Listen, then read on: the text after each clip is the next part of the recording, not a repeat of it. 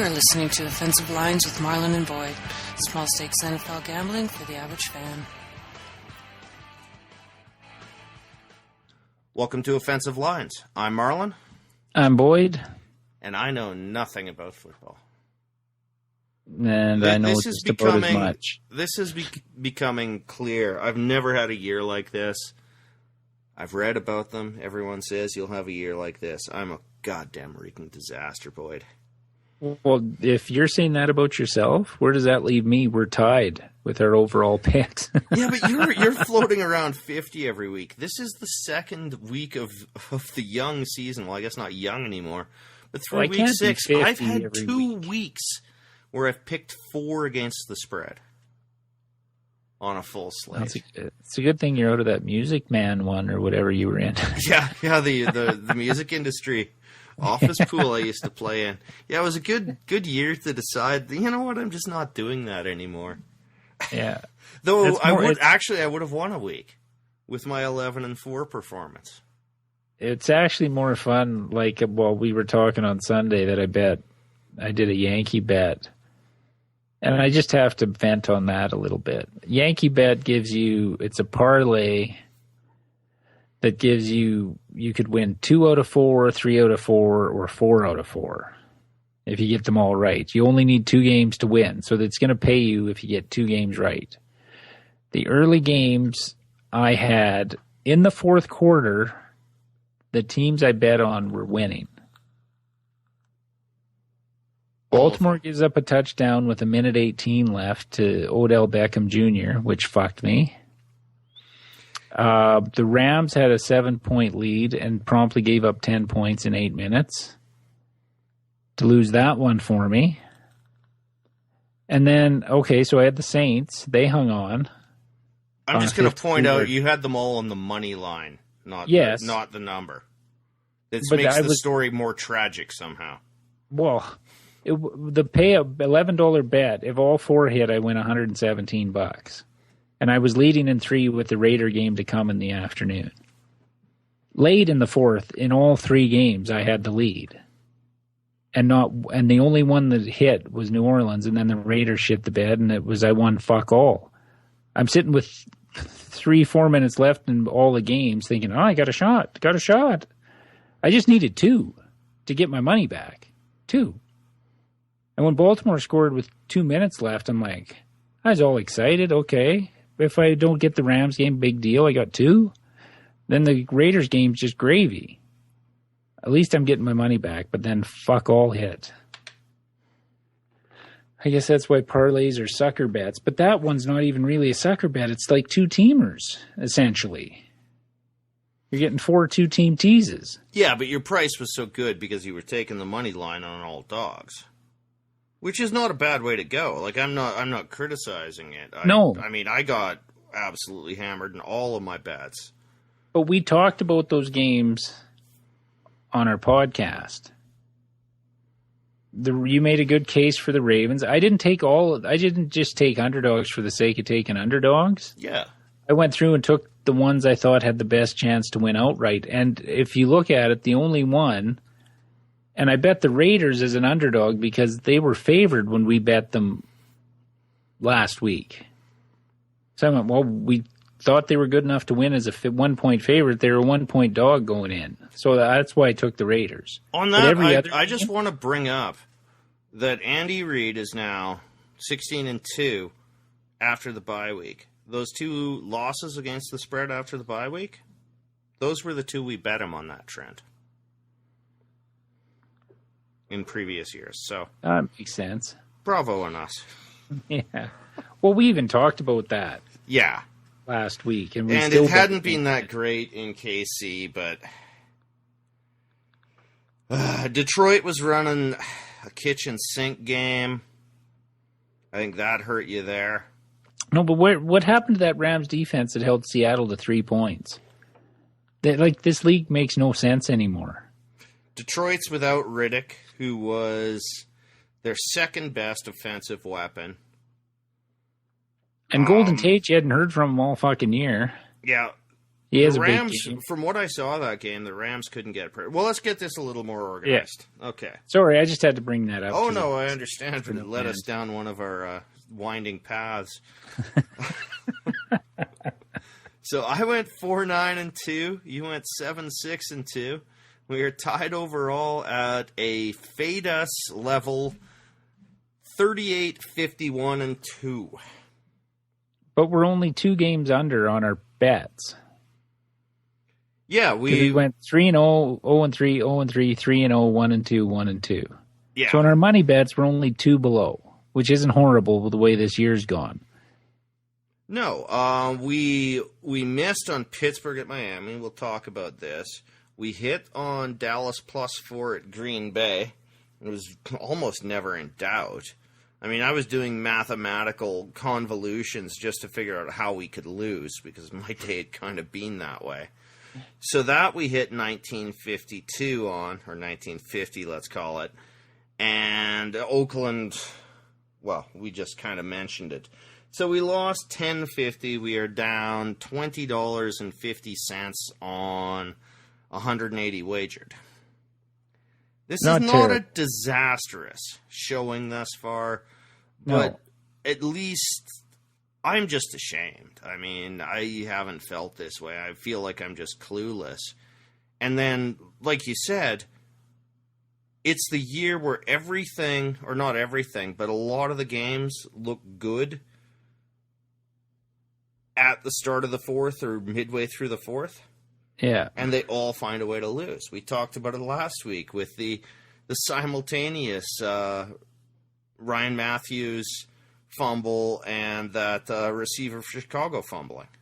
Yeah. Taking what looked like 2 solid opportunities, one of which was close to a lock against the spread, away from us in a span of 8 seconds. And I'm just left there staring at the television with my jaw at my feet. Yep. It hasn't been good. Nay, it has not. But let's get into this recap.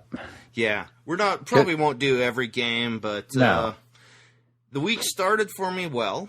I got the pick wrong, but I got a San Diego dominant victory over the Broncos. And I got that one right. I just said, fuck it, I'm going with the home team. Yeah. But no faith in the Chargers that they'd win. But it must have felt good for you because that Broncos got to be the most hated rival, no? Raiders. The Raiders. Raiders Raiders because they've stolen titles from us. Raiders because they're Raiders fans. Though almost every Raiders fan I've met personally and watched a game with or anything like that, we get along great. I don't know what it is about the massive Raider nation is repulsive, but the individual Raiders fans I meet are usually decent enough. Oh, yeah, you were telling me about watching the game with the Broncos fan. It had been a tough few years. Oh, yeah. I thought maybe your mindset had changed and you'd flipped over to hating the Broncos more. No, that was just personal. My boss and I, we've gone out for the San Diego-Denver Thursday nighter, which seems to happen every year. And the worst was when the Chargers took a 21 or 24 point lead to halftime and then lost to Peyton Manning on a complete defensive collapse. So I may have been a little obnoxious in this victory. Well, it deserved. Yeah. Doing a dance with the safety, the holding penalty in the end zone that resulted in the safety. I'll have to remember that if we go out to watch the Titans-Chargers game. Well, I had, about 3 Chargers wins, and then you got a Tennessee victory when we watched the last time? Yeah. But but we did end Sean Merriman's career, so we got that. Yeah, but your team was never dirty. No, I was thinking of that today watching a Jeff Fisher move in fucking Detroit, that Rams-Detroit game. Did you see what he did? Yeah, and he says, "Oh no, that didn't come from me." That was from the players. Well, what I said in the post that's going up tomorrow is that if you hire Greg Williams, you're responsible for his actions. Fair enough. That's a great line. Because if people didn't see it, they on the kneel downs, they came hard and dirty. So and almost started a brawl when the game was already over. But they pay proper respect to the anthem, so. How much of Hard Knocks did we see 10 minutes about them doing the anthem? Yeah. Whatever. Fisher's a piece of human scum. Just awful. Yeah. But the way San Diego won, I liked, and Atlanta did part of it, but I think San Diego contributed here. There's a way you beat the Broncos. You get the ball out instantly. Their linebacking core is not that great at tackling. They're really missing Trevathan there. You just get the ball out fast. You keep running it, even if you're only getting 2 yards. When they're missing Ware, too. Yeah. Doesn't help. No, it doesn't help. But, they didn't get that close till the end, and those were coverage sacks. And by coverage in this case, San Diego's O-line is terrible. So... Yeah, but you could double or triple team Miller most of the night, which I'm sure they did, even though I watched none of this game, because the Cubs were playing clinching game 3 or 4 in San Francisco. But they must have been double or triple teaming them. A bit. There was always a chip when Melvin Gordon wasn't running. He was generally blocking, and he's an excellent blocker for a back.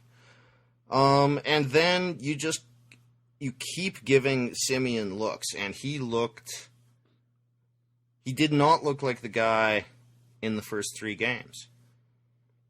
Maybe opening it up for him isn't the best idea, because he was inaccurate, rushed. He threw the ball 50 times. Yeah, you brought that up. Even watching it didn't seem like he threw it that much. But a lot of that, I'm sure, was late. The first 2 Chargers drives were 18 minutes total and resulted in 10 points. Denver is not a team at this stage that appears capable of coming from that far behind. You just get them into 3rd and short, and you can convert on those quick hits, because that interior linebacking core is not good. You don't challenge those corners so much. Hit your tight ends, hit your backs, hit little rub plays all over the place. They drive me nuts, and the Chargers use them more than anyone. I still think they're illegal, and they're a pick play, but Peyton Manning got the rule book changed, so might as well use it.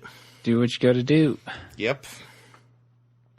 So that was fun, and I mentioned to you that Thursday at work, I'd gone to our betting site, Bet365, and I'd looked, and the Chargers' chance to win the AFC West was 660 to 1. And I thought, I should just throw $2 on that as a good faith act. I didn't. Went in the next morning, brought up the site. The odds are 25 to 1. Oh, that'll happen, because the West is wide open now with the Raiders losing to the Chiefs. Our Chiefs bet definitely looks a little livelier after Chiefs beat the Raiders, Denver loses to San Diego. Yep. I just think what used to be one of the stronger divisions in football, even last year, it's not the worst division in football, but there's no really good team there. That's the South. In both. Though Atlanta is looking like they're for real. But let's move on. Yeah. It was enjoyable. It's giving you hope. It's giving you hope. Although the one other thing I've got to bring up, now I'm not sure if you saw this. As Denver, San Diego got the safety, and then they did a great thing. They kicked a sky-high ball basically to midfield. And a poor Chargers up back, he looked like a defensive lineman, probably a linebacker though, tried to field it because everyone else was 20 yards behind. Oh. He muffed it. Denver recovers. They go for the touchdown. It was a great, smart play by Denver special teams. And I think people will take a look at that and adopt it. Well, yeah, the Texans did that too late when they scored their last touchdown last night. Kicked it sky high to the guy in between the returner and the front line of the blockers. Okay. And he didn't look too comfortable carrying the ball. My guy looked completely flummoxed. But anyway, so after that, once Denver had pulled to within 8 points, there was a shot of Mike McCoy on the sidelines with his hand in both palms, and I swear to God, he was weeping. So I was like, oh, that's not a good look from my head coach. It's astonishing. You should really look it up and throw it into a point and just call it Mike McCoy celebrates a victory. Oh, I just looked up our Chiefs bet. They're now at we could cash out for $4.75 of our original $5. And I think that one was down to 2.25 at one point. Yeah, the Bengals bet's not looking good. We're at $2.85 to win their division, and we got the Cowboys are at $5.75 to win their division. How isn't that more? Washington's 4-2. Yeah. Yeah. Dallas beat them once, though, right? Yes. Yes. Yeah. They're a game and a half ahead. So game and a half, but as long as Dallas keeps talking about bringing Romo back. Please stop. Oh, I know. Why would you take Prescott out? Why? And why would you fuck with his head and even discuss it? Yeah. All right. Yeah, quarterbacks age. Time is cruel. Anyway, next game up, I wanted to bet this. Good thing we didn't. Baltimore +3 at the Giants. Neither of these teams is good. No, as I said in my vent about my parlay bet getting fucked by this game, seeing the highlight, because I was watching the end of the Titans game because it got closer than it should have. But yeah, a little bit. And so I didn't turn over to the Ravens game until after the Titans game finished. And I just missed the touchdown that Beckham scored. Because I was looking at my betting app on my phone, and the scores update almost automatically. It's like, 23-20. And then all of a sudden it was like 26-23. I'm like, what the fuck? And there was hardly any time off the clock. And then you told me, 4th and 1. They ran a slant to Beckham, and he fucking wide open, nobody deep. And I saw the replay. I thought he was going to injure Weddle on that play. I like Weddle. Everyone knows that, but he can't be left alone to defend an entire football field. No.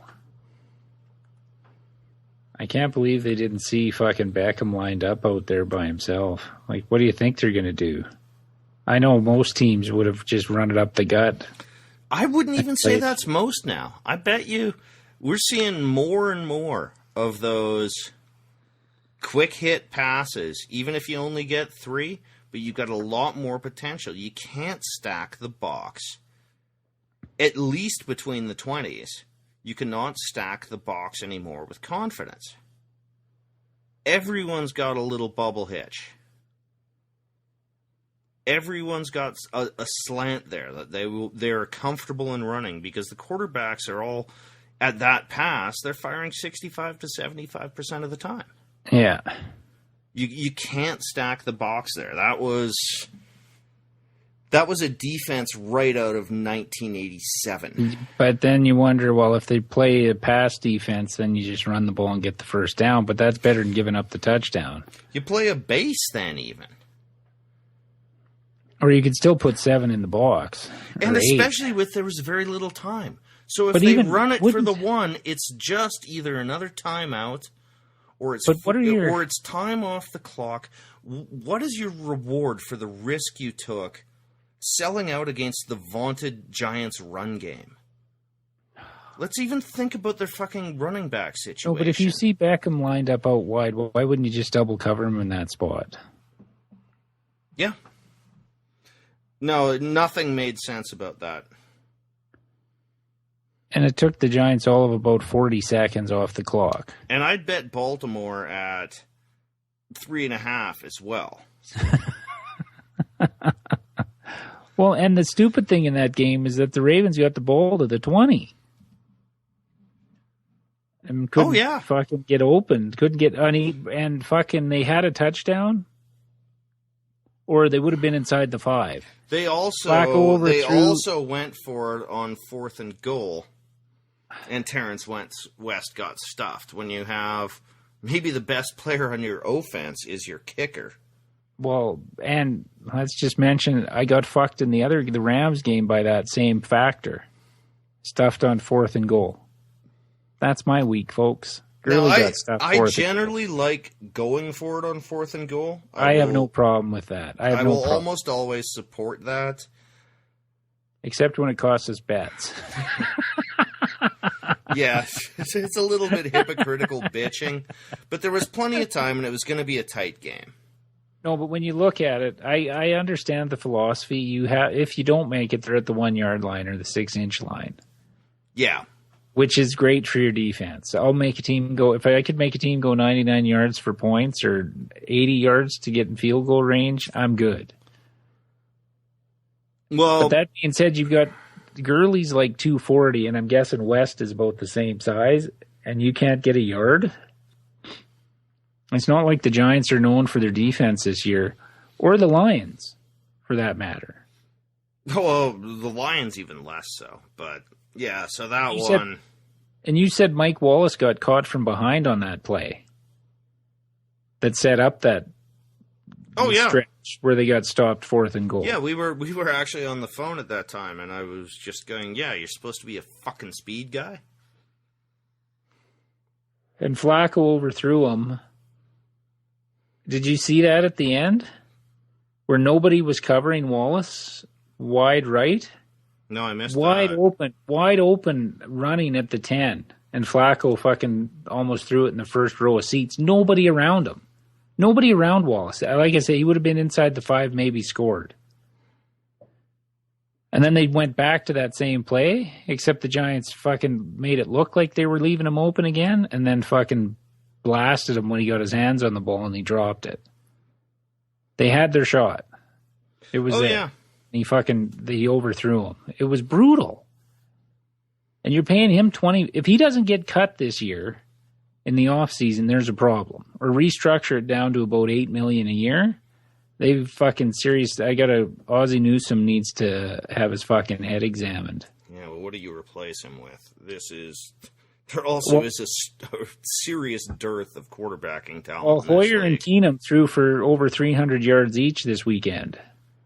And they both lost. Well, so you're losing with the 20 million. It's my same argument I had with Phillip Rivers. You're not making the playoffs with him. What the fuck are you doing? Same with what the fuck are they doing in Baltimore? You keep running out the same quarterback who doesn't produce? Yeah. I hate to be put in the position here of defending Flacco, but his weapons are non-existent. Well, what's fucking Rivers got? Yeah, but Rivers is actually good.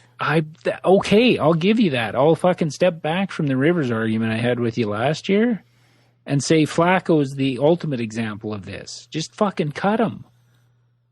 What are they doing? He is not providing anything in their wins. And your example there of the one thing he used to be able to do well was hit that deep ball with regularity and perfection. Overthrowing Wallace, as you described. But this was only a 15-yard pass. They were at the 30 or the 25, and they left him uncovered on the right side. Nobody was within 5 yards of him if the pass was on. That's why I'm saying he might have scored or got tackled inside the 5. Okay. That's how wide fucking open he was, and he threw it about 4 feet over his head. I'm not arguing here. We do have to increase our pace. All right. Fucking things. Fucking Ravens. Okay, yeah. I picked a game. The one time I bet on them all year, or picked them, I think.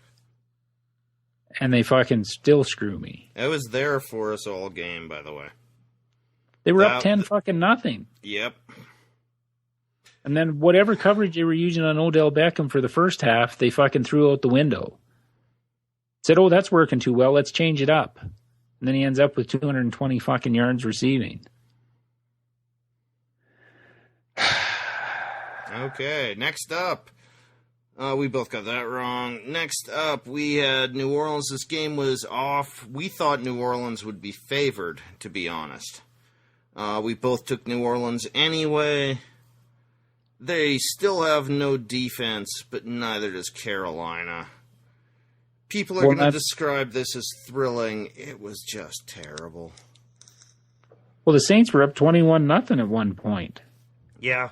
I'm tired of seeing guys open by 10 yards and scoring touchdowns and you telling me that's football.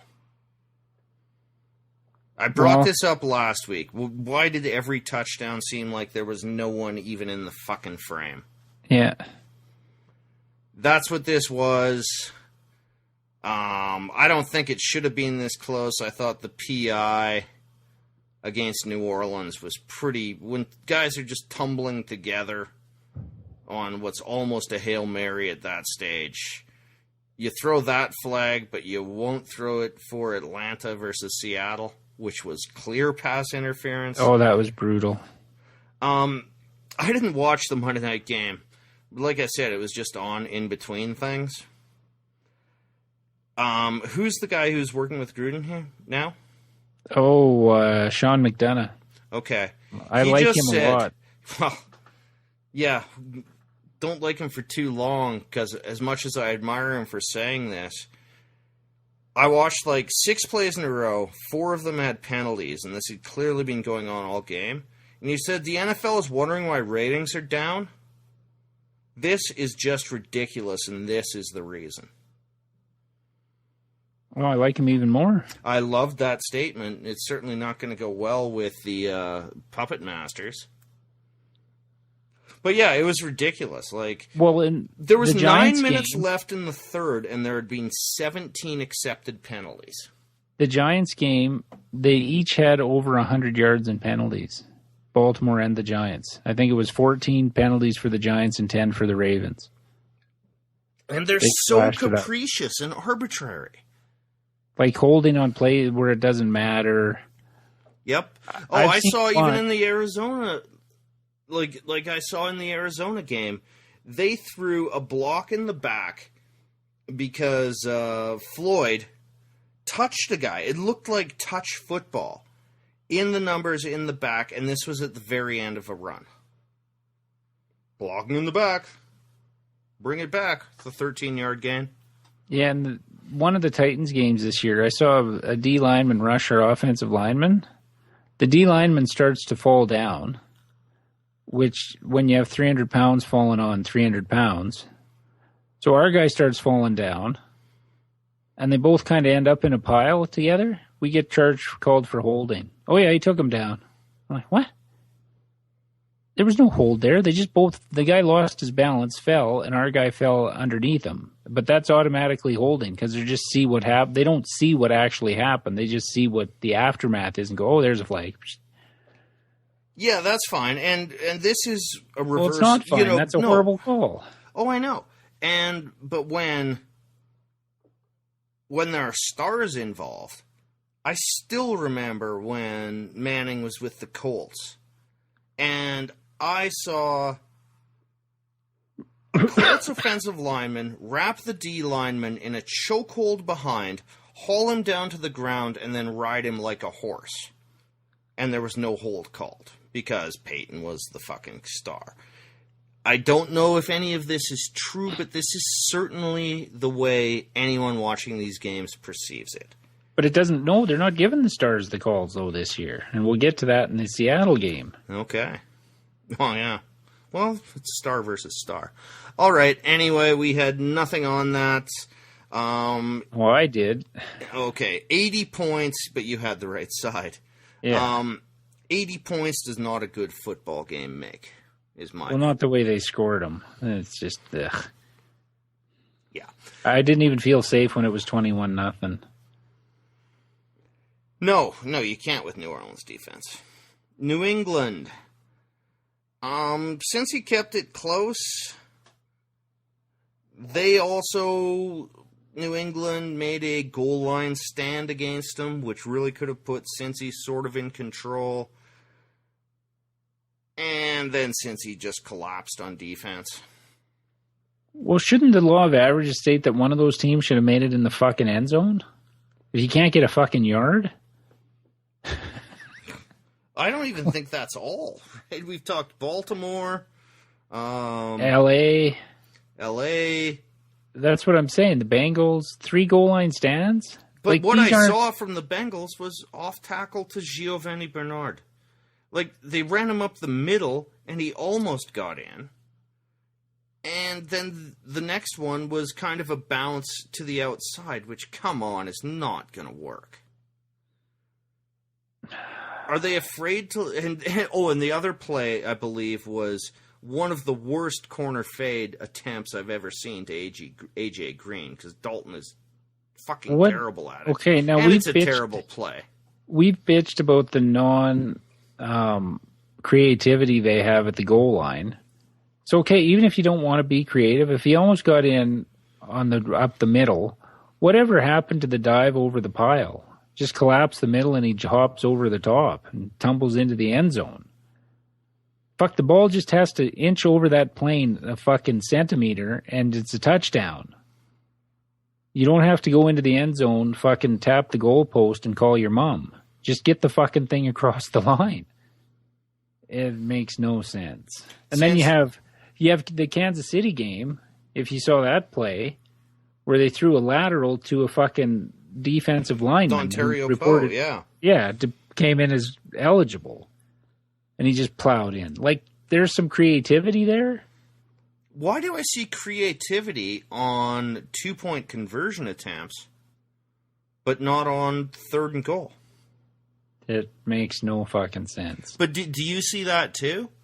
Yeah. You see a team going for 2, and I almost always assume they're going to make it, and it's almost something tricky and clever. It's like, okay, I can't do anything too tricky here because then the press is going to get after me in the post-game press conference. Just plain vanilla because that's what everybody expects, and then they won't question. But what I took away from this is since he came out and actually played really well for a half and then completely collapsed, Burfict was getting into a fucking war. Supposedly he mimed stomping on Blunt's head. Oh, and to go to the officiating and that, this celebration rule, I am utterly convinced it is only to salve the egos of billionaire owners. Yeah, but I don't even get... shooting a fucking basketball and that's a penalty? It's not a delay of game. It's a fucking mime and it takes 1.5 seconds. But that's 15 yards. But spearing a quarterback in the brains is 15 yards. Yes, yeah, same offense. Well, they made a good. Well, I'll mention this in the Seattle game. Sorry, I'm. I know. I hate it tonight. Too. Like Gronkowski, you go 4-9-1. I just have trouble thinking. No, well, Gronkowski was bitching about getting taken out at the knees. Where do you want to get hit? They have fucking about a 6-inch target to hit you now. Where should they hit you? Yeah, I didn't think the cut was that. No, but that's what he was beaking at. That's what he got the penalty for. Well, because he believes that everyone should try to ride him in and he can be Gronk the Magnificent. No, I know, but that's what I'm saying. Like, where does he expect them to hit him? He's running full speed. He's 250. And you've got a corner or a smaller linebacker trying to tackle you. Where the fuck are they going to hit you? Yeah. They're not trying to take out your knees. That's where am I supposed to tackle you anymore? I can't launch. I can't use my helmet. I can't do anything. So if I'm a 190-pound corner, how am I hitting you in the open field? Like, grow up. They want the rules in there to protect their heads. Then what else is going to give? Yeah. Not everything is going to be a fucking form tackle in the middle of the field. Well, and even that, a form tackle from a guy who's giving up 60 pounds is not going to work. No. But, don't worry, Carl. Whatever. No, I know, but he bitched about it last year. That's why I brought it up. Yeah, he constantly bitches because the world is conspired against the Patriots, who right now look to have, if not a clear path, certainly an excellent path to the Super Bowl. Yeah. All right, next up. Although the Bills are only half game back now. Yeah, count on that. Tennessee, Cleveland. Timestamp that? I was...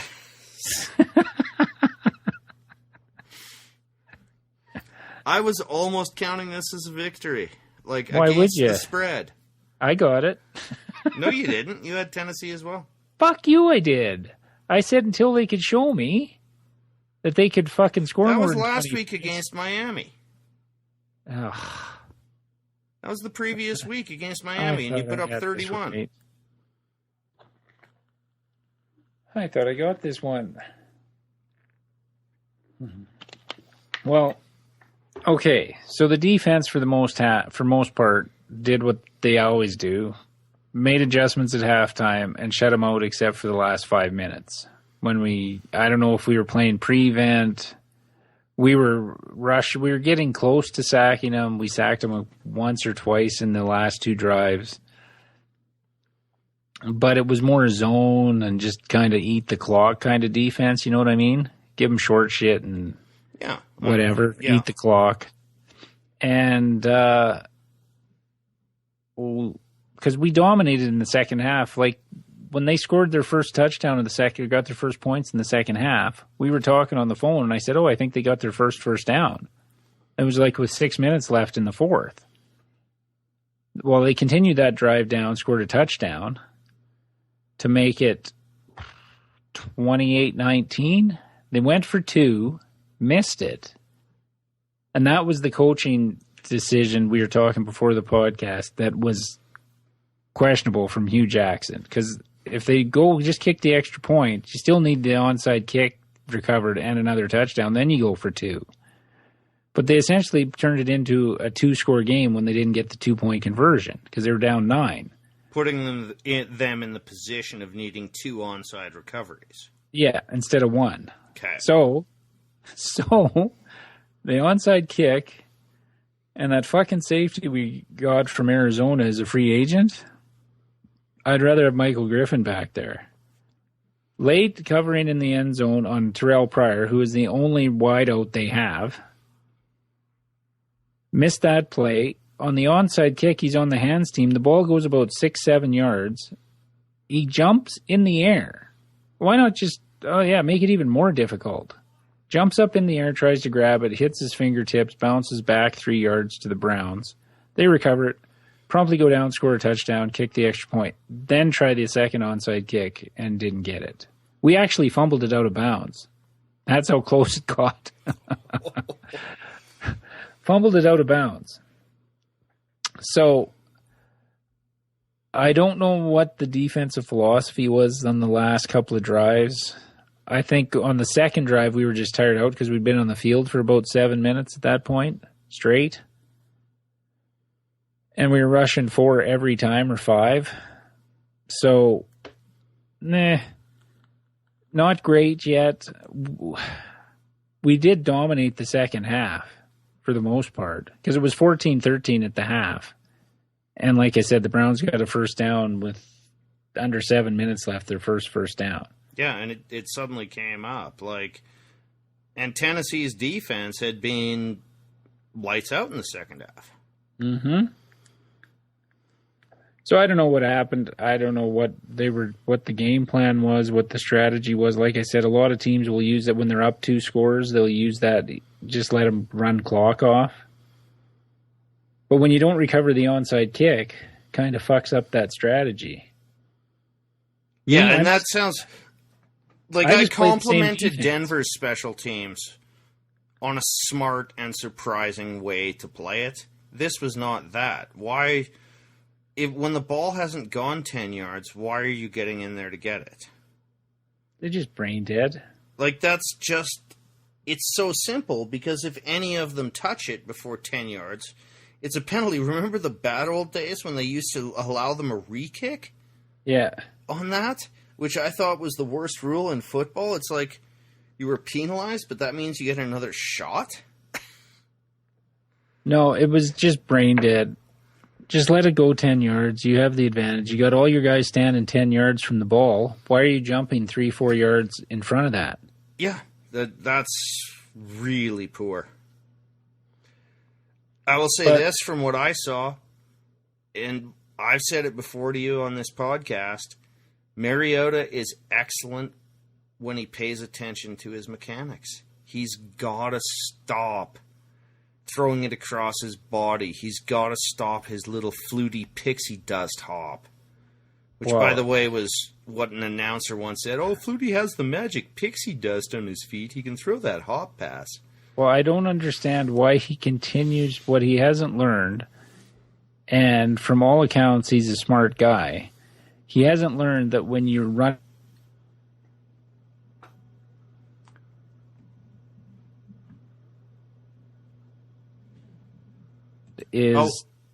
again. What he hasn't learned to do is not make that pass. They've been picked off his last two throws that way. He should be rolling out and trying to throw to the way he's rolling out, to the sidelines, not back across the middle. And it didn't cost us anything in the Cleveland game, but Indy coming up this week scares the fuck out of me because we've never been able to hold Andrew Luck down for any length of time. Even when we've done it for 3.5 quarters, he still finds a way to fucking do it. He's been doing that all year, but the last two, all of a sudden. Or is this in Indy? Yeah, no, Tennessee. Okay, but then he you might fucked us be last okay. year too. No, he got like 2 touchdowns late in the fourth last year to beat us. When I thought we were finally getting the monkey off our back with him.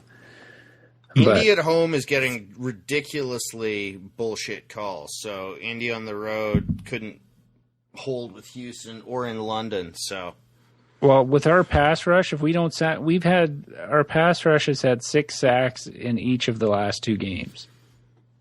We should have 8 to 10 against Indy's O-line. With the blitz packages LeBeau will run. Yeah. I'm going to say 8 on the low side, 10 on the high side. I just want to explain, we lost connection there, so there was kind of disjointed in me saying, no, go again. We only lost for about half a minute, so I just asked Boyd to continue with his thoughts. So if that sounded a little odd, it was. Go again? Go again? Can you hear me now? It was almost that way. Okay, that's all I got on. And DeMarco Murray had a decent game. Mariota threw a couple of nice deep balls, one to Matthews, one to Kendall Wright. This was Kendall Wright's game back. He's back to the way they were using him a couple of years ago. He was in the slot a lot of first down catches, which is what we used him for before he got open deep. It was funny because we couldn't run against Cleveland, which I thought we wouldn't have that much trouble.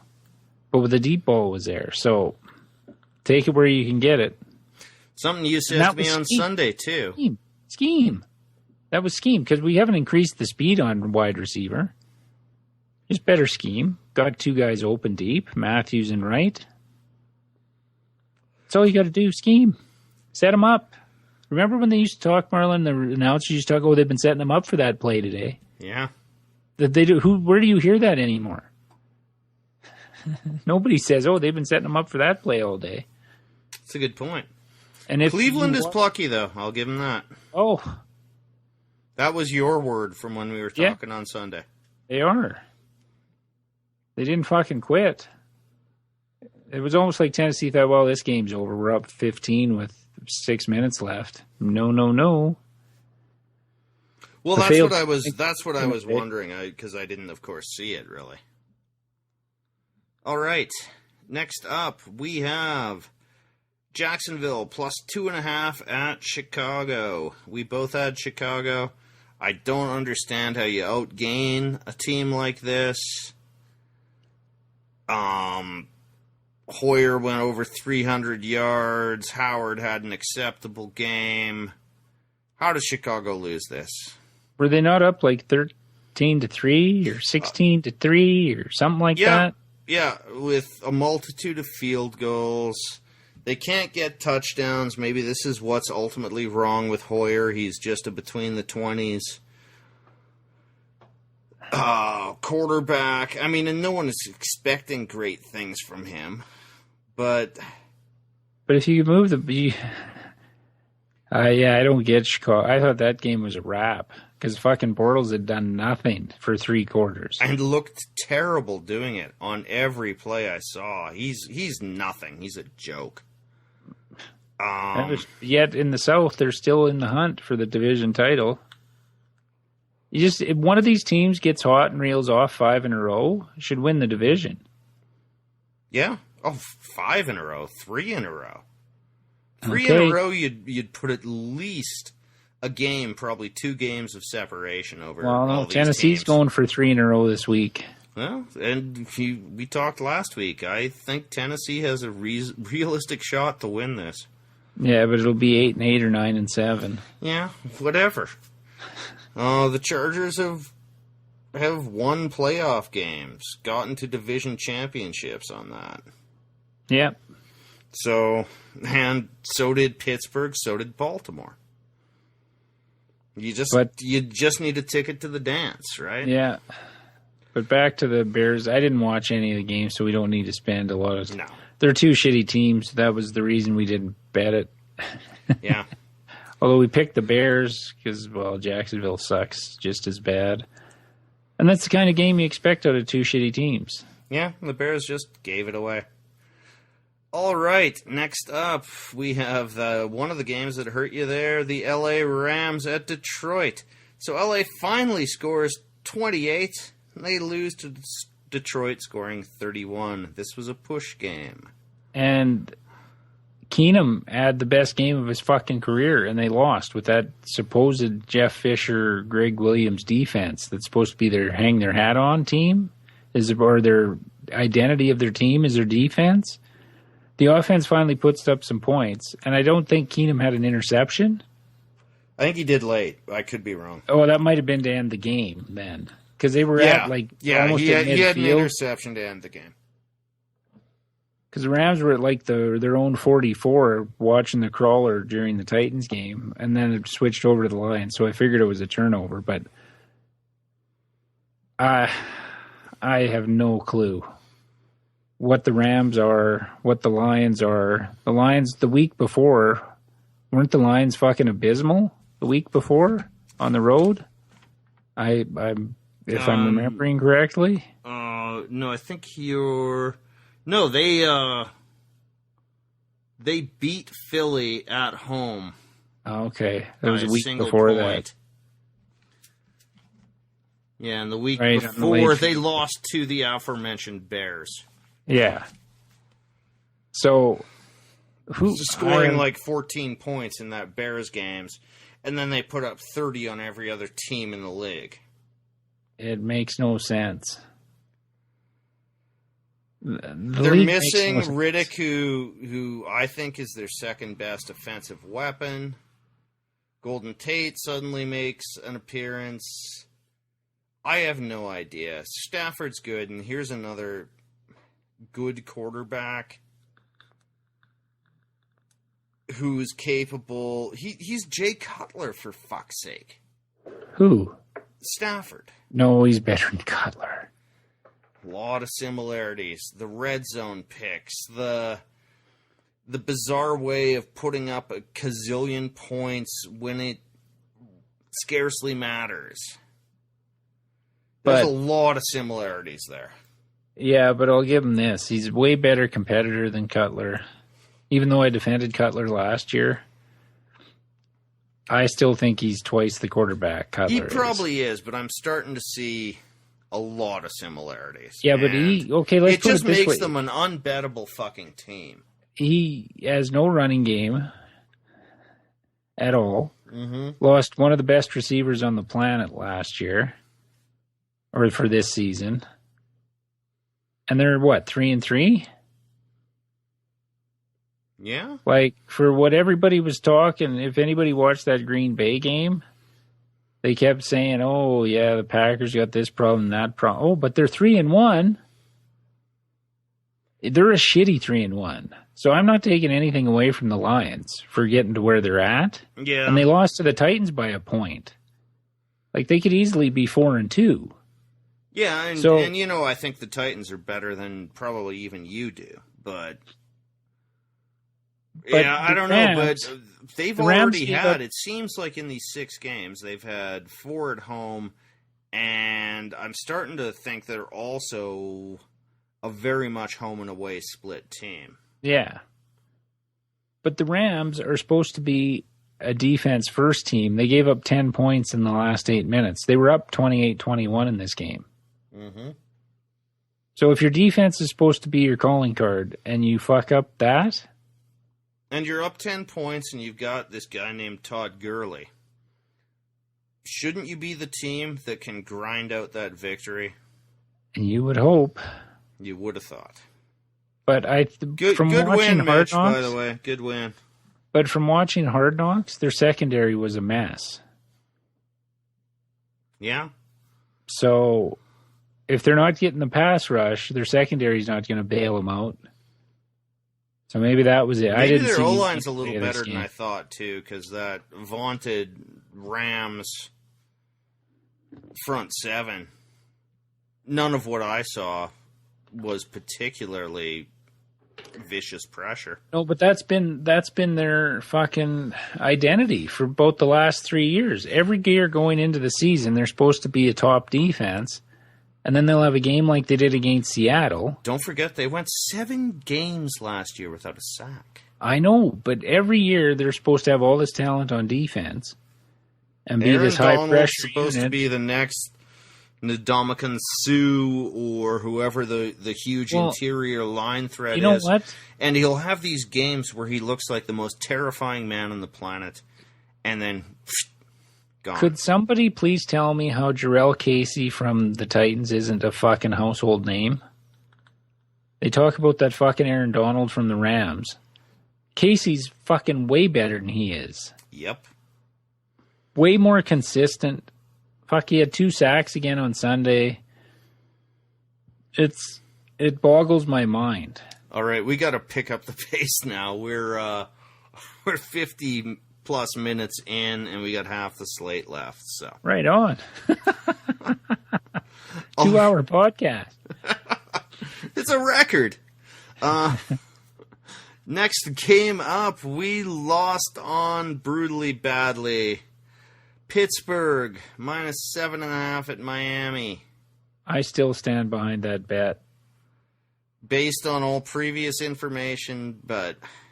No, there's...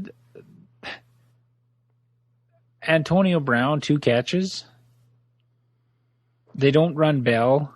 It's supposed to be this high-powered offense, and Miami stops him after giving up 30 to the Titans. I didn't miss anything in this. I still stand behind picking that game. No, and I understand you, and I'm with it. We had this conversation on Sunday. But the fact is, it's like people, Roethlisberger got hurt. He fucking stunk before they got hurt. Hurt. Miami was putting the fucking boots to the Steelers team like the Eagles did. If the Steelers don't have their hometown refs... it's their offensive line then. If the offensive line isn't holding up... the defensive line, yes, I mean, Jay Ajayi, 200 yards, 65 of that was when Pittsburgh just gave up. Good coaching there, Tomlin. Caldwell with a more menacing demeanor. Same fucking guy. Yeah, he just has Roethlisberger quarterbacking for him. Yeah, and the organization got him Antonio Brown and Le'Veon Bell. Everyone mocks Caldwell for being a zombie. Look at Tomlin. Watch the two of them. They're the same guy. And they both kind of look like Norv Turner when he was a head coach. Though Turner and Caldwell admittedly look more confused, Tomlin looks angry, but still, how, if you're supposed to be one of the best teams in the fucking AFC, do you let the worst team in the league thrash your ass like this? See, now, did the Steelers not fire him because of the Rooney Rule? No, they don't do it because part of their identity is stability. Well, no, but at the Rooney Rule, how does it look if the rule in place because of your ownership to interview black candidates for coaching positions and you fire a black coach? There's probably a lot more qualified candidates that would be better than him. But it's the 2 Super Bowls, and it's also, like, Chuck Noll was coach for, 20-odd years? Yeah. Oh, the last 14 were terrible. Yeah. Everyone always forgets that. Yeah, they forget he was the a coach who should have been fired probably 8 years before they found a way to let him go. Well, and I've made that argument in hockey with the Edmonton Oilers. Glenn Sather gets the genius label. Oh, I think you or I could have coached that team. Gretzky, Messier. Oh, like, when you have the talent, it's easy to coach. Yeah. The head coach gets all the fucking credit, but they don't run the offense or the defense or anything. They have some input on both sides, but it's an overstated position in football. And it has been for years. Madden said that in the early 70s. You hire people to do the nuts and bolts. What you do is try to keep the whole thing on track, and you're the face for the media. That's the role of a head coach. And that was in the early 70s, and it's only become more so as these guys have staffs of... They have more coaches than players. Oh, yeah, you got fucking... Oh, here's the quarterback coach, the D-line coach, the O-line coach. Training staff. The fucking quarterback coach. So, anyway, I think a measure of coaching is stability of result. There is nothing swinging so high and low as Pittsburgh right now. I think that means that's a shitty coach. Next up, no surprise to anyone but me who, for whatever reason, because I hate Buffalo, took the Niners. I have no idea why.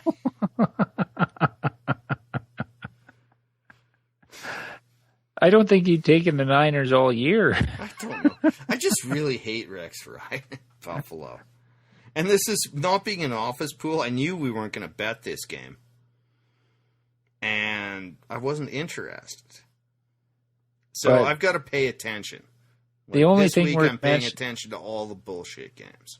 The only reason to talk about this game is they booed Colin Kaepernick mercilessly and threw beer bottles at his head. Classy. Which... Oh, I also saw someone drinking liquor out of someone's ass. I saw that on Deadspin. Oh, that was on our website too, but that's okay. You look at it on Deadspin. They need the clicks. I saw it on Sunday. Thanks for supporting your own. You have shamed me. Go team. You have shamed me. That was the point. No, that... I don't even know why people care that much. Who gives a fuck? Kneel, sit. Nobody. First why of is all, Kaepernick? Why is Kaepernick the only one anthem getting is shit? you're free. Yeah. Does that mean you are not free to do what you want at the freedom? But how is he? People have this strange perception. Well, we discussed this in the off season. I know, but he was the first, right, to do it. They list now, if you go look at Deadspin, they list the people that fucking protested the anthem. How come they talk about nobody else of these players? They just get a free pass, and Kaepernick takes all the shit. Well, that's what you get for being the vanguard. I guess. And he wanted it, and bravo. He's being articulate in his statement. He's being... Oh, I forgot that's coded racism. No, I think he's being great. Yes. I'm not certain it's the most effective protest, But he thinks it is, and that's his fucking right. But let's just judge him as a football player from now on. The social justice stuff. That can be a second career. Yeah. Then we can judge him on that. Yes. As a football player, he's not good. No. I cannot believe that Jim Harbaugh made that big of a difference to him. Well, he's also, I brought this up too, he's 40 pounds underweight. I saw him try to throw a deep ball that he used to just whip. You know, he had a fucking cannon. That was his itch, was that he couldn't throw touch passes back in the day. Exactly. And I saw him try to throw a deep ball, and the receiver had to stop and then come back about 6 yards to even try to receive it. I don't know if it's the injury. I don't know if rehab from the injury just took him out of all of his training. But he honestly, right now, has the body of a guy who doesn't want to play pro football anymore. Yeah. And but they just restructured his contract. That's what makes it so surprising. Well, they had to supposedly buy an insurance policy, but whatever. Right now, watching him, he's not good at football. All the bad things from his previous career are evident.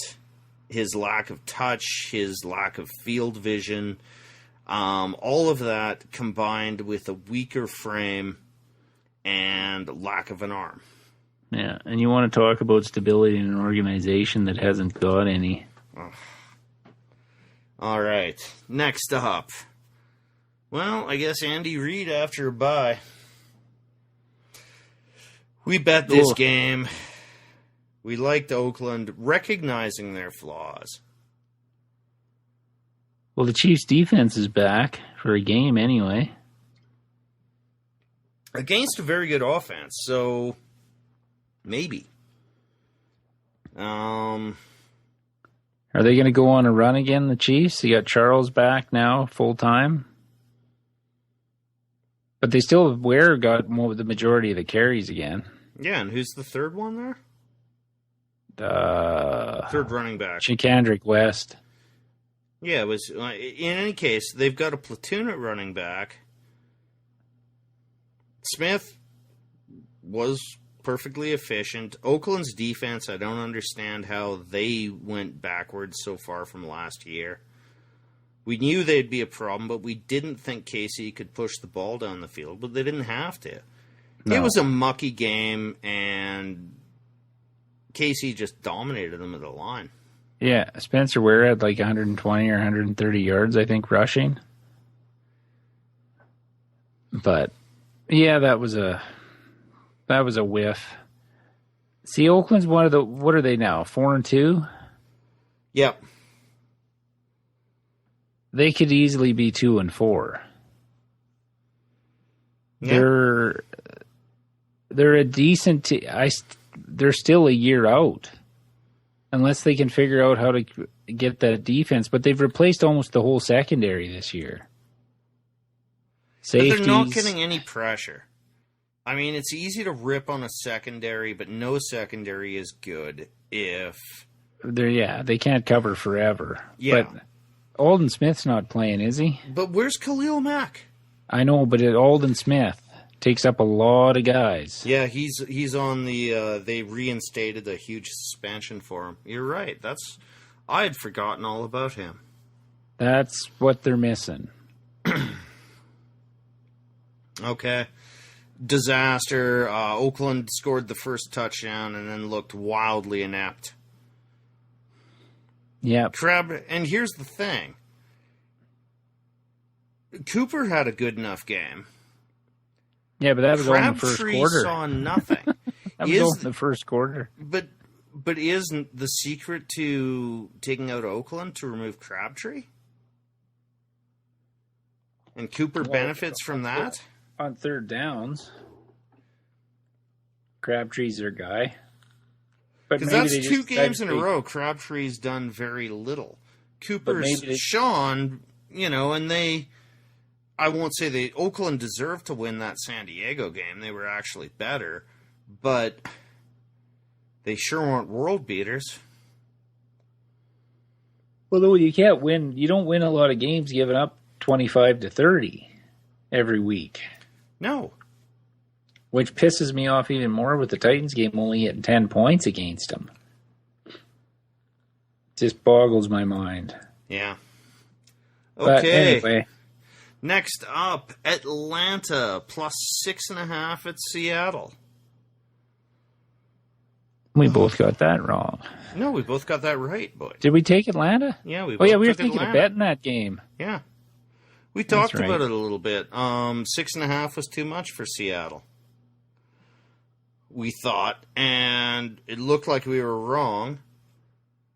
And who knows, it's one quarter. But one thing we talked about on Sunday was Green Bay's run defense. Oh, it's amazing.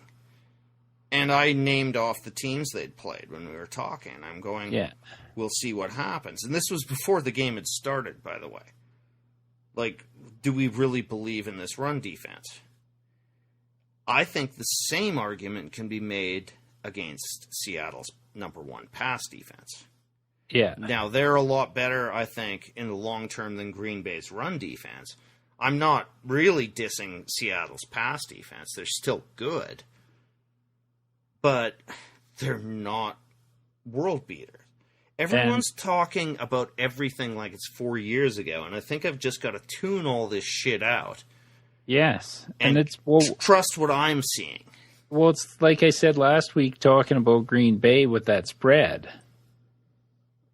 as being 4.5-point favorites, and I compared it to the Saints getting that kind of respect, even though the offense isn't right for Green Bay. That's the Seahawks are still getting that. Oh, it's 4 years ago home field advantage when it doesn't exist anymore. And they're still getting those extra points at home when it's been proven not to exist. Yeah. So I would take with those wild spreads, like the Rams almost beat them. Miami say Miami almost beat them in Seattle. Yeah. They beat the Rams or the Dolphins by 2 points.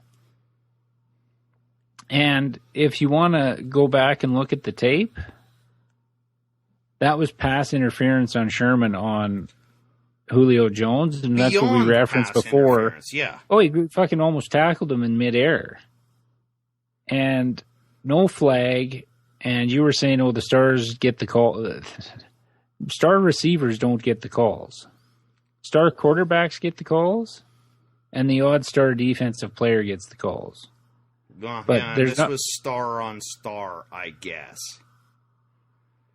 But it's like they play in overtime in hockey here. Not to let the players decide the game. Well, you can't let something... If you're going to call the ticky-tack shit, Andre Johnson got called for a fucking pass interference on a little push in the Tennessee Raider game. This was fucking way more egregious than that and no flag. And it's almost the same time of the game. Last minute. Brutal fucking non-call. It was terrible, and I was watching it live, and I'm just screaming, "That's PI!" And then they just cut to Atlanta's... Was coach. it Shanahan? No, it was a receivers coach, because Shanahan's up in the booth. Oh, okay. It was a head coach. Okay, just screaming at the official down 20 yards. I'm going, he's got a point. Yeah, they had to hold him back. Fucking coaches were holding him back. Yeah, that was about... Again, we see all these ticky-tack that you can argue, maybe not, maybe. This was flagrant. Yep. At a critical point in the game, and Seattle gets this shit all the time. Now, that's the star who gets the call. It's Seattle. Seems to be it benefits the home team more often than not, does it not? Seattle gets the call. Indy but gets you were the call talking, at home. Yeah, that's what I'm saying. It's a home. Steelers, Seahawks, Denver with Peyton Colts, got the calls. Patriots. Well, no, the Patriots don't get much as far as flags go. No, they don't. They don't need them. But But that's the thing. Seattle is a big team, part of the big story. Everything is like it's 3 years old. But do we compare this to fighting? And don't leave it in the hands of the officials or the judges, like they say in fighting. Just win the fucking game so you don't have to worry about that shit at the end. Yeah, and that's always... I mean, Carl, a Jamaican guy I was friends with years ago, just always said, "Yo, in the fucking game, it shouldn't fucking matter." And they were down what, 17-3 or something? 14 points. That's not outrageous. No, but when you have to rely on that shit at the end of the game, that should have been called. Don't get me wrong, but you get my point. Yeah, I get your point, but you still got to call the egregious ones. Stop the ticky-tack. Stop the Peyton Manning, where that changed the game, where, contact, he sneezed on him when he went by. But Marlon padded up all those Peyton Manning fucking stats. The rules went fucking haywire in those days. But here's the problem. That in the third quarter would have been called. That's the problem. To me. But if you're going to call it in the third, no, I know, but that's how it works in all of sports. But what they'll call in the third is such horrendous bullshit. No, I know, but it's so in every hard sport. to watch a game. This is why, the NFL came out and said it's the presidential election that's affecting ratings. No, it's people are tired of watching a play that they think is a great play, one way or the other, and then frantically scanning for that little graphic that pops up that says flag. Yeah. Because you cannot believe a single thing you see until you see that flag. Then you see the flag, and sometimes you're like, yeah, all right.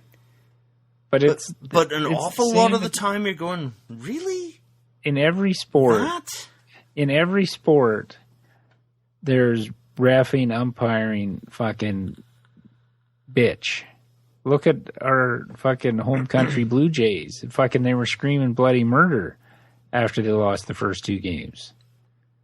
But it happens at every sport. Swallow the whistle in the last 2 minutes or the last 5 minutes. It and does. It's brutal. But I know, Marlon. I don't agree with it. It's just how it has been for as long as I've watched sports. Nothing's changed. It doesn't matter how much they try and change the rules. They all let it go. Every fucking league. Basketball, football, baseball, hockey. Well, everyone. I think the worst thing that happened, and I still blame this on Peyton Manning, was this ridiculous focus on contact and holding about 5 that was yards. Irsay. That was Irsay. That's a fucking Irsay. He's fucked everything up. He fucking went after the Patriots for that. He went after the Patriots for Deflategate, which was bullshit. He's the culprit. He's the one that was on the rules committees. He's the one that gets these fucking things changed. And granted, it was because he had Peyton Manning. Yeah. But Manning didn't affect that change. It was okay, yeah. Blaming the player is wrong, but in any case, that's where it came from, was that era. Where I saw a New England game, and Brady benefited in this stage. One time, there was a snap, and the flag was out of the official's pocket. That there was already contact. And I couldn't understand how, because no one had made contact when he threw the flag. Like, literally, no player had touched another. Not on the line, nowhere. Ball snapped, flag out of the pocket. Gave New England a first down. 5 yards, automatic first down. We got to look at these automatic first downs, too. And stop making PI at point of foul. Yeah. Agreed. We bitched about that forever. Change it to the college system. Atlanta got jobbed, but what Atlanta did show me was between Denver and Seattle, they're for real. Yeah. They're for real. I don't know when Kyle Shanahan grew a brain, but he's diversifying that game plan and adjusts it on the fly. Well done. All right, next up, our one winning game of the week. Dallas, 30, Green Bay, 16. It wasn't even this close. No. And the Packers are broke. Packers are broke, and I think Aaron Rodgers' brain is fucked up. Because I watch Phillip Rivers with no time and no receivers. Yeah, sometimes he just whips the ball away. Sometimes he throws a bad pass. Sometimes he does whatever, but he makes decisions. Aaron Rodgers seems incapable of making a fucking decision. Well, the overthrow Cobb in the end zone? Oh, yeah. Where would you have seen that? He was wide open. His interception? That was Flacco-esque, that overthrow in the end zone. Oh, and his interception was Eli-esque. Or the overthrow in the end zone, I should say. And it seems like he always wants the home run and doesn't trust anyone in tight coverage anymore. If they're not wide open, he won't pull the trigger. I think he's broken. Well, that he has no confidence in the game plan is the biggest thing. Don't care. You do it. But the running game is broke. Dallas has no pass rush, which I think is their biggest flaw. He had 4.5, 5.5, 6 seconds at times back there, and he was just looking around. He's like that hitter who's waiting on the hanging slider to take it out of the park and won't ever take a base hit. But Dallas's saving grace is their defense. This is working out the same as when DeMarco Murray had his big year. They're just keeping teams off the field with the running game, so their defense isn't going to be the deciding factor in the game. The play calling, they got lucky on the end of the first half when the DB fell down. Oh, yeah. The long pass. Twice Packers DBs fell down, by the way, for nice completions by Dallas. But not being like they ran the ball to get out of trouble, get away from their end zone, then they took shots and scored a touchdown with 40 seconds left with a rookie quarterback. Yep. Who looked better than Aaron Rodgers. And again, I think Aaron Rodgers is part of the problem. Everyone, because Aaron Rodgers looked for how many years like the best quarterback we've ever seen.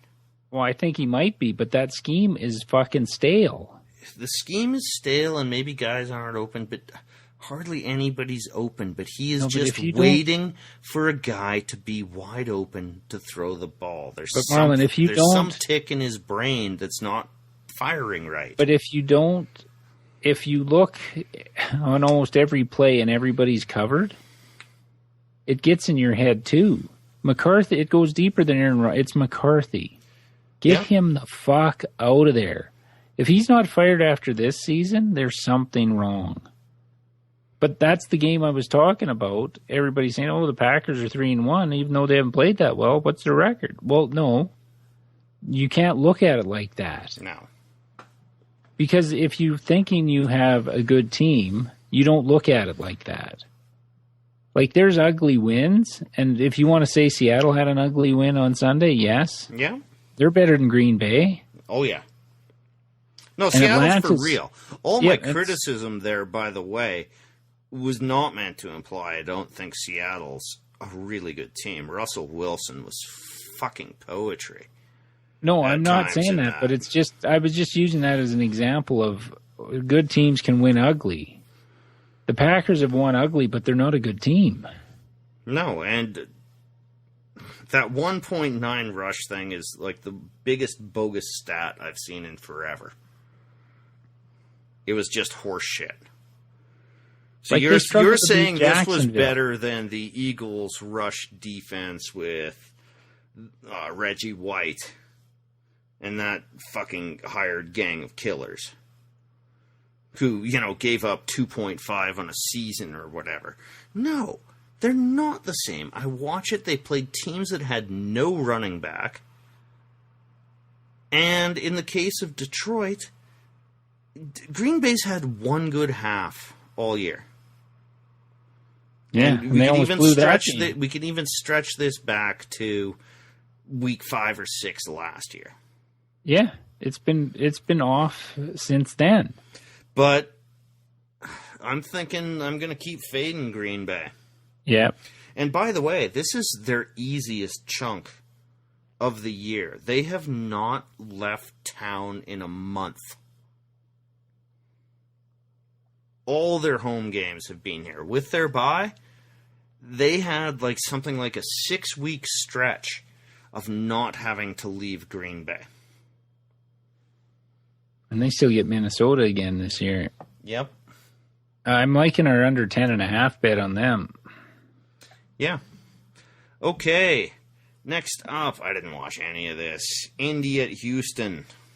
I watched the final 2 touchdowns of the Texans and the overtime. And Andrew Luck was running for his life.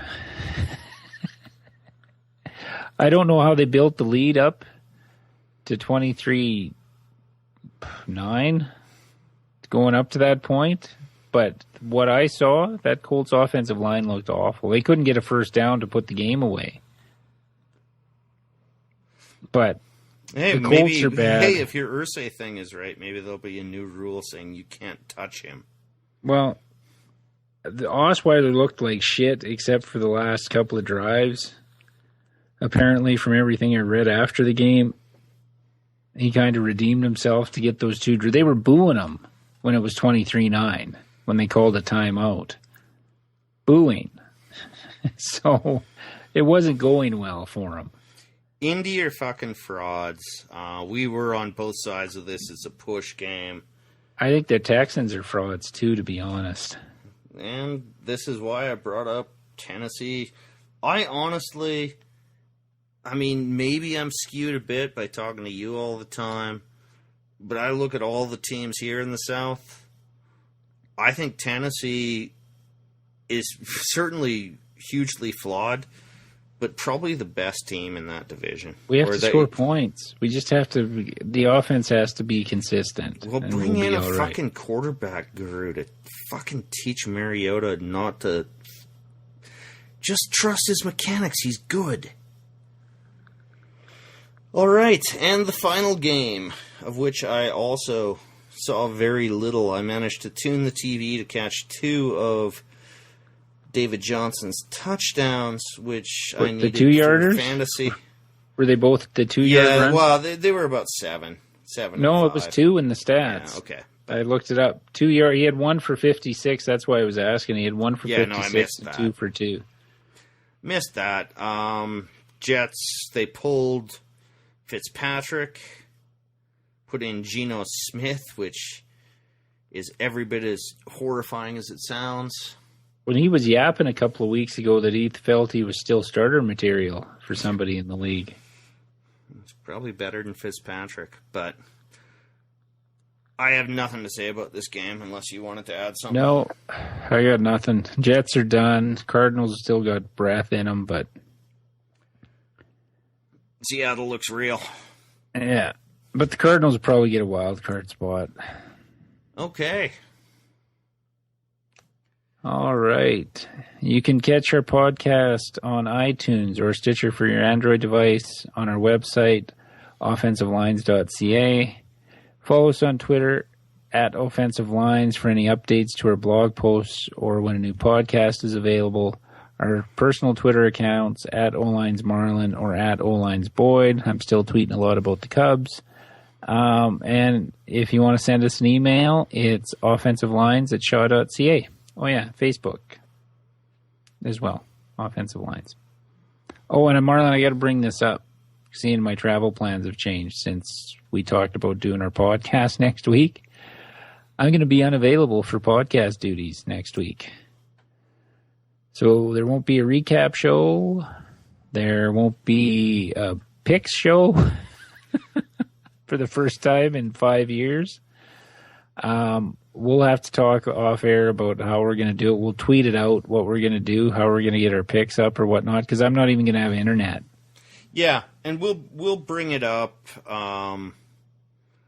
Also, we'll probably have a game plan. We're not doing the pick show till Wednesday night, so the podcast will be up Thursday for our pick show this week. We should have a plan by then. Yeah, we will, but it's I don't know what the fuck we're gonna do because I'm on a cruise ship from Monday to Friday, Monday night till Friday morning. Guess you're going to have to do your picks on Monday. All right. All right. I'm Boyd. I'm Marlon. And that was our recap show for Week 6. And we sucked again. I'm terrible at football. No idea what I'm doing. Degenerate fucking gambler.